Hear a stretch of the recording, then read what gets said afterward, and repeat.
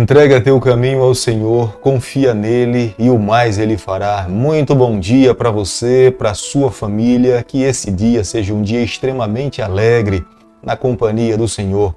Peço a Deus nessa manhã que ele visite o teu lar, visite a tua família e que ao andarmos hoje na companhia do Senhor nós possamos sentir as santas influências do céu sobre a nossa vida. O convite de Deus para mim e para você é para que nós possamos fazer uma entrega sem reservas nessa manhã. Colocarmos nas suas mãos todas as nossas ansiedades, todas as nossas tristezas e coloquemos também nas mãos dele todas as nossas vitórias.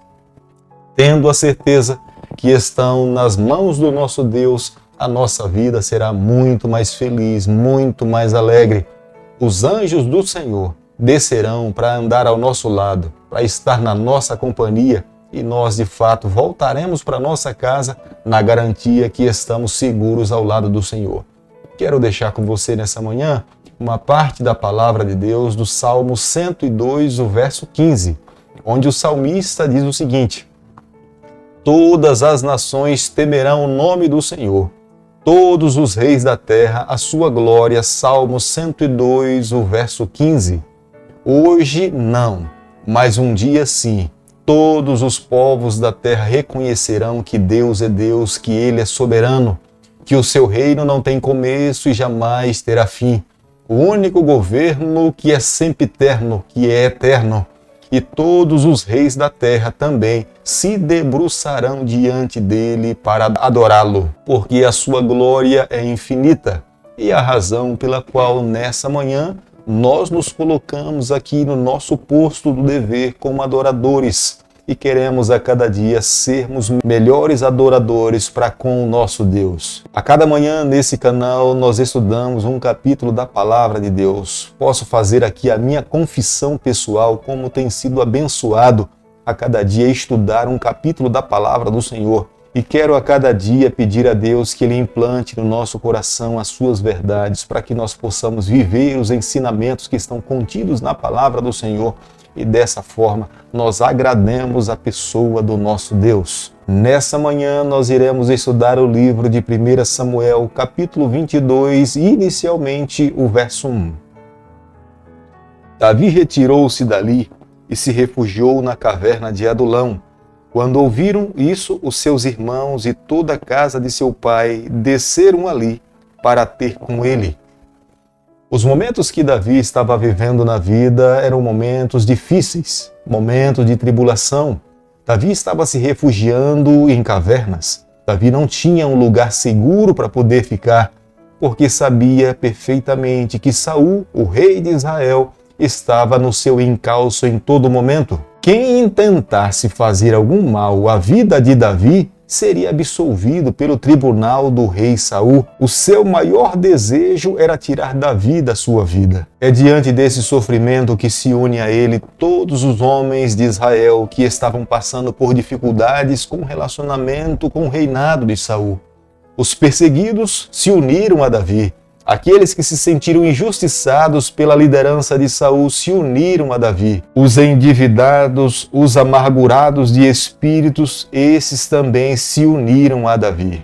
Segundo o versículo 3 do capítulo que nós estamos estudando nessa manhã, Davi busca refúgio na cidade de Moabe.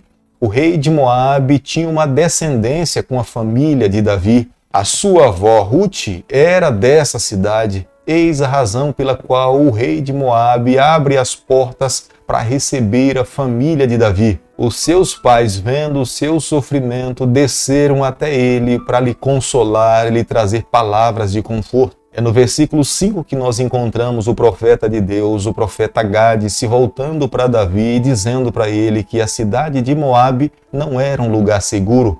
Ele deveria sair dali com os seus familiares e ele deveria voltar para Judá, porque era lá em Judá onde futuramente ele iria governar. Se ele perdesse o contato com a corte e com os súditos, com os homens daquela época, consequentemente ele teria muito mais dificuldades para no futuro ser aceito como rei de Israel. 1 Samuel, capítulo 22, o verso 6, a palavra de Deus diz o seguinte: Ouviu Saul que Davi e os homens que o acompanhavam foram descobertos. Achando-se Saul em Gibeá, debaixo de um arvoredo, numa colina, tendo na mão a sua lança e todos os seus servos com ele. Saul tinha sérias dificuldades para confiar nas pessoas. E depois que ele rompeu com Davi, se tornou muito mais difícil. Muitos dos que estavam no palácio, ele passou a desconfiar. Quando ele sabia que Davi tinha passado em alguma tribo, ele imaginava que aquela tribo já estava conspirando contra a sua pessoa. É um dos seus mercenários chamado Doeg, que fala para Saul dizendo que quando ele estava em Nob, na casa do Senhor, o filho de Jessé, Davi, tinha passado por lá e o sacerdote Abimeleque tinha acolhido, tinha trazido orientações de Deus para a vida de Davi. Saul manda chamar o sacerdote Abimeleque para trazer explicações. Ele confessa a inocência, ele diz que não fez nada. Mas Saul não acredita na sua palavra e pede para que os seus soldados matem todos os sacerdotes que estavam ali. Os seus soldados não tiveram coragem de matá-los, mas Doeg, que era um mercenário, que não tinha sangue israelita, matou 85 sacerdotes, inclusive as suas esposas juvenis e crianças e bebês recém-nascidos. Desse massacre apenas sobrou Abiatar, que era um dos sacerdotes, e se refugiou na companhia de Davi. Acredito que aqui está uma das características pelas quais o céu, quando olhava para Davi, o via um homem segundo o coração de Deus. Porque quando nós olhamos para a história e a trajetória de Davi, nós temos a plena certeza que a vida de Davi se iguala à minha vida e se iguala à sua vida. Era um ser humano de carne e osso, possuía os seus defeitos, possuía as suas falhas, por diversas vezes cometeu atitudes que nós também em algum momento da nossa vida nós cometemos. Mas quando Abiatar fala para ele que os 85 sacerdotes foram mortos por Doeg, um mercenário de Saul, Davi faz uma confissão dizendo que aqueles homens morreram por sua causa. Veja como tinha um coração humilde Davi. Ele sabia que pelo fato de ter passado em Nob, na casa do Senhor, e por estar ali, Doeg, um dos informantes de Saul, ele sabia que a morte daqueles homens era de sua responsabilidade. Vejo que, embora um homem cheio de falhas como era Davi, ele possuía características que agradavam ao Senhor. Quando se falava a respeito dos seus pecados, dos seus erros, Davi se debruçava diante do Senhor. Ele admitia, ele confessava os seus pecados, ele buscava viver uma vida de arrependimento. Veja que são características que agradam a Deus. Nos dias em que nós estamos vivendo, ao estudarmos a palavra do Senhor, nós precisamos apreciar essas características que agradam a Deus. Se nós, da mesma forma, buscarmos nos referenciar nos pontos positivos da vida de Davi, tenha certeza que o céu também irá se agradar da nossa vida. Davi buscava estar na companhia de pessoas que pudessem lhe trazer orientações divinas. Davi sabia que Abiatar era um dos sacerdotes e, por saber dessa informação, Davi pede para que ele permaneça na sua companhia. Tendo Abiatar ao seu lado, ele poderia consultar ao Senhor.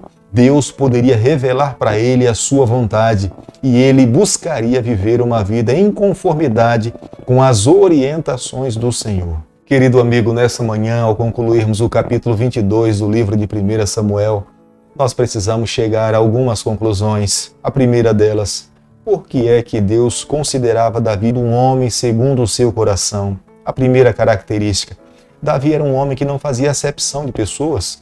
Davi foi aquele que agregou ao seu lado aqueles que estavam endividados, aqueles que estavam passando por aflição, aqueles que de alguma forma tinham sido injustiçados pela liderança de Saul.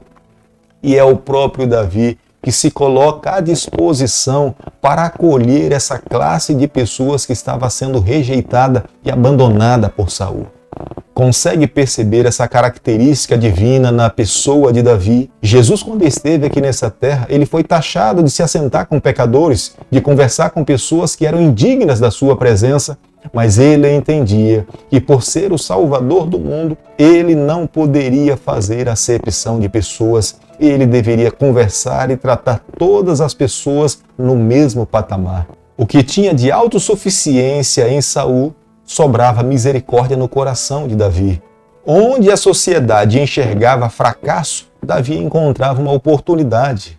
Os que a sociedade apontava como sendo pecadores, Jesus olhava para essa classe de pessoas e via como sendo seus filhos candidatos para o reino celestial. Querido amigo, nessa manhã nós precisamos pedir a Deus que nós possamos ter o coração segundo o coração do nosso Deus. Volto a falar para você, quando nós olhamos para essas características positivas na vida do rei Davi, nós precisamos pedir a Deus que nós possamos também ter um coração segundo o coração do Senhor. Mas acredito que a primeira característica que deve invadir o nosso coração é a característica da humildade.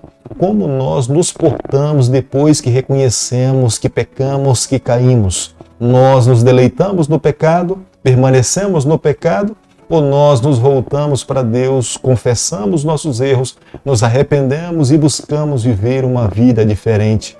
Creio que nessa manhã, vivendo dessa forma, assumindo essa atitude, o céu irá se agradar da nossa vida.